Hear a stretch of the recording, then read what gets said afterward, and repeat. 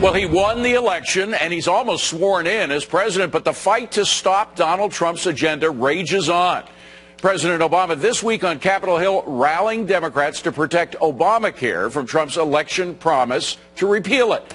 Some here saying the unprecedented visit and other last-minute roadblocks could delay reforms and our economic rebound.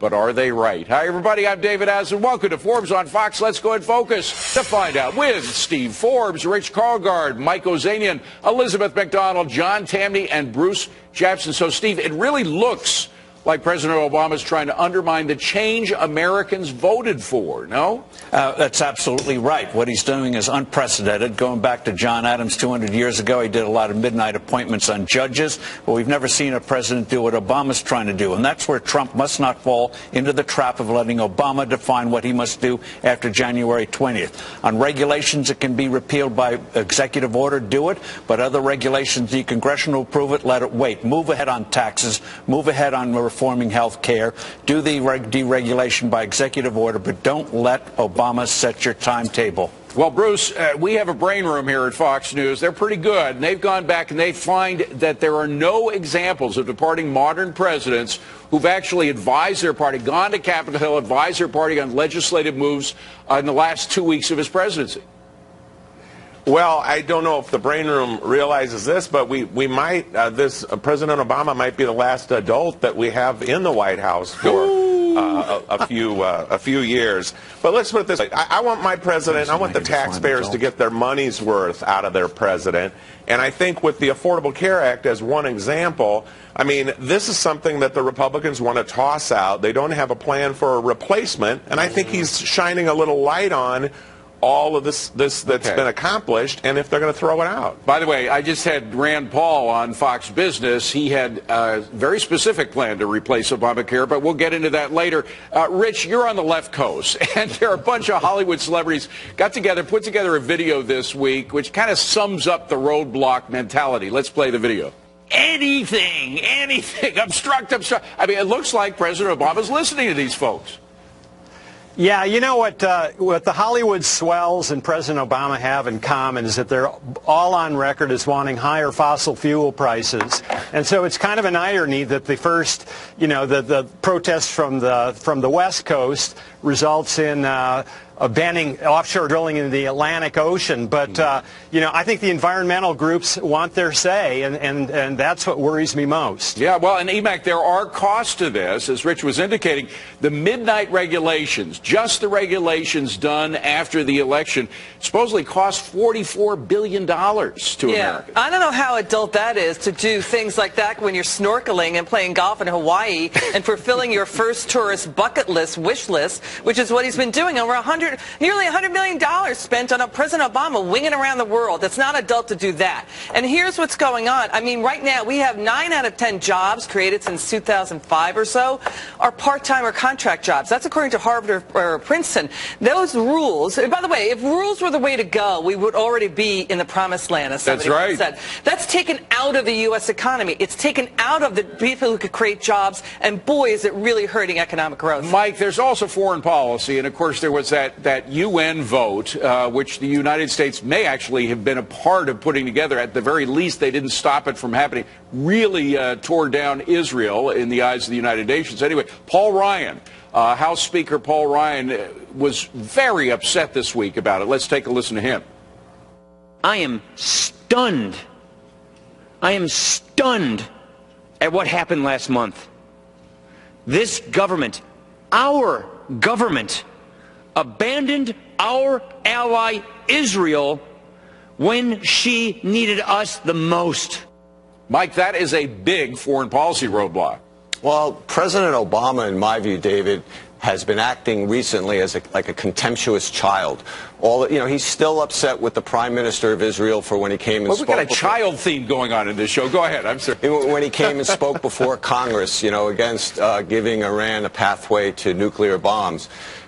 President Obama, for instance, the first time in modern history where the U.S. has no ships deployed, none of our navies deployed, almost saying, okay, go ahead, world, attack us, which is crazy given that everything that's happening in the world. But he's not going to be able to stop Donald Trump from overturning Obama's legacy. It's not going to happen. Donald Donald Trump is too smart, too strong. If he was good enough to do it, they would have stopped Trump from becoming president. But, John, some people say the markets already have maybe not stopped, but gotten stalled as a result of these roadblocks. Over the past 3 weeks, that Trump rally that we saw right after the election, and then it kept going up, really got stalled in the last 3 weeks. It's just been flatlining just short of 20,000 on the Dow. Well, I'm not ready to tie the two together. I think part of this is that the incoming Trump administration's gone a little wobbly on tax cuts and some of the good things that they actually campaigned on.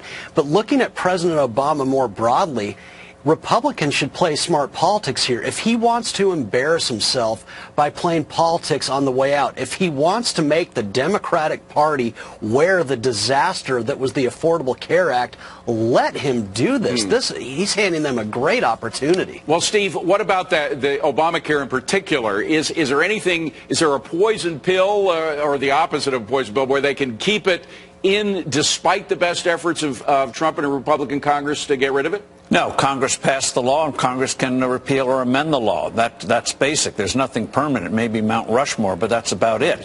And in terms of legislation, even if they don't formally repeal Obamacare, you can certainly get rid of the employer mandate, the individual mandate, the taxes with it, and some of the other odious parts of it.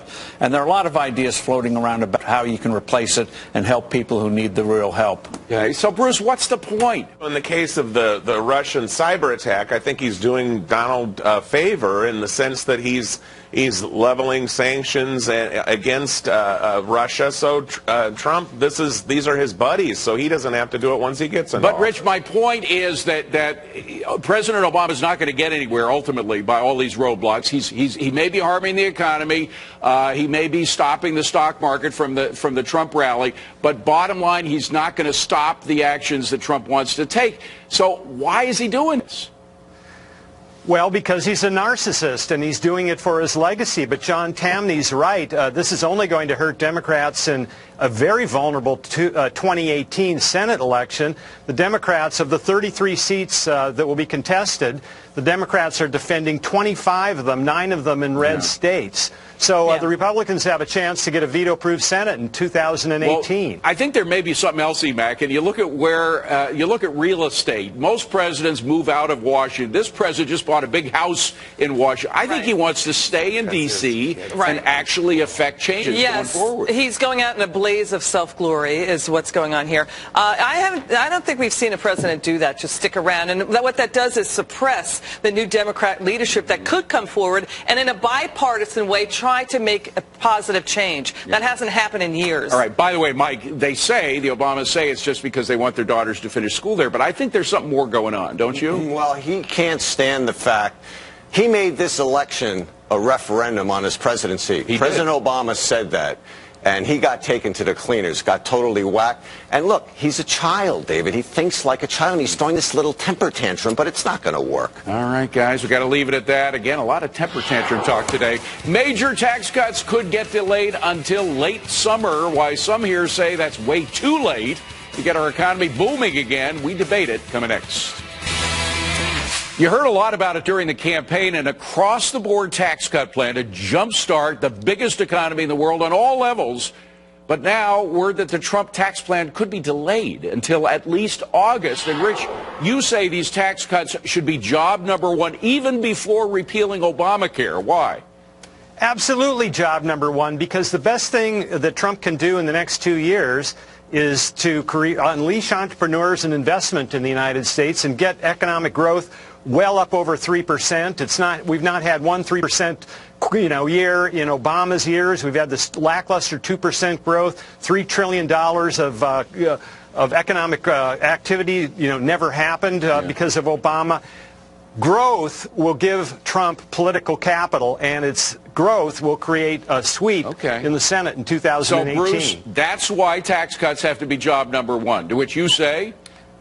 Well, I think that the tax cuts he's talking about are going to increase the deficit and the debt, and he has a problem in his own party with that, because Rand Paul this week just said that he would not vote for a budget that included an Obamacare repeal if it raised the debt.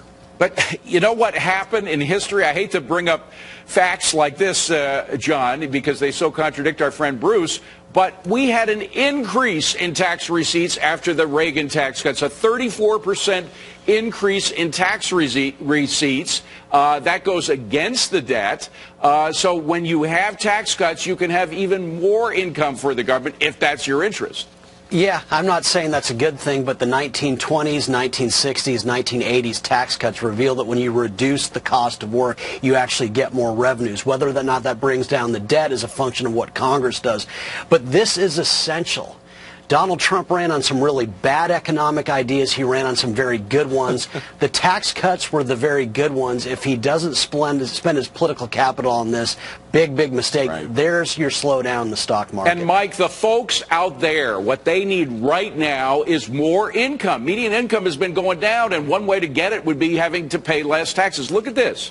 Median income was $58,827. It's now $58,221. It's gone down. We haven't gotten to pre-recession levels, which is really, really sad. And it's to Rich Colgard's point, why Obama's policies have failed. Take-home pay hasn't rebounded to where it should be. But I would prefer Donald Trump to get the tax cut right than to get it done faster. And by right, I mean big, bold, and incentive-based. I want marginal rates cut down a lot, and I want on personal income, and I want the corporate rate cut to at least 15%. The corporate taxes should be zero anyway, David. They're nothing but a pass-through tax. But, Emac, here's what happened when Ronald Reagan delayed the tax cuts. He delayed them until 1983. Look at that. 82, of course, we're in a recession, negative 1.9% growth. But in 83, the year the tax cuts kicked in, we had 4.6% growth. In 84, 7.3%. And from then on, it was no less than 3.5%. We haven't had more than 3% growth in any year of the Obama administration. Yeah, that's right. That's the worst performance since World War II. You're absolutely right. And the same thing happened under John F. Kennedy. You saw the economic growth pop with tax cuts. What is going on? The government's taking money out of your pockets for itself. And for what? For union workers to work at home? I'm sorry. I'm so upset with that story. But look at the trend line in job growth that just came out, David. 165,000 jobs created in the last month. That's down from the 250K, 240K in 2014. And the wage growth is really bad. Mike is right. It's at Bill Clinton levels, mid-1995 levels. Well, Steve, even some supply-siders, and Steve Moore, one of Trump's economic advisors, is a supply-sider. He believes in the power of lowering tax cuts. He says that maybe you should segment these tax cuts, start with one thing and then go to another. Let's play a soundbite of him on FBN this week. Steve, you and I both love Steve Moore very much. Do you think he's right or wrong on this? They should go for both, David, so you don't open yourself up to political attack, and both will help the economy grow again. They don't have to wait till August. They know what they should do now. Lower marginal tax, lower tax rates across the board, cap deductions, get that corporate rate tax down. Don't wait. If you don't get it done quickly and make it retroactive so people see immediately benefits from having Trump in, you're going to have problems going into 2018. And, Rich, just about everybody in the media wants Trump to fail. They wouldn't say that in public. Oh, of course we want the president. But we know they want Trump to fail. If he doesn't get the economy moving immediately, they're going to say this guy's a failure. Well, that's absolutely right, David, and that's why he has to create momentum early. And the best way to do that is to get economic growth and stock market growth and, revive the animal spirits in the economy. And you do that through tax cuts. Do it now. The Cash It In gang getting ready to roll at the bottom of the hour. Eric, what do you got? Hey, David, Donald Trump pushing lawmakers in both parties to do their job. His message that might prove he's putting the American people ahead of party politics. Plus, haters bashing a fashion company just because it thanked Melania Trump for wearing one of its dresses. One person even comparing her to Hitler's wife. It's the disgraceful story that's hard to believe. See you.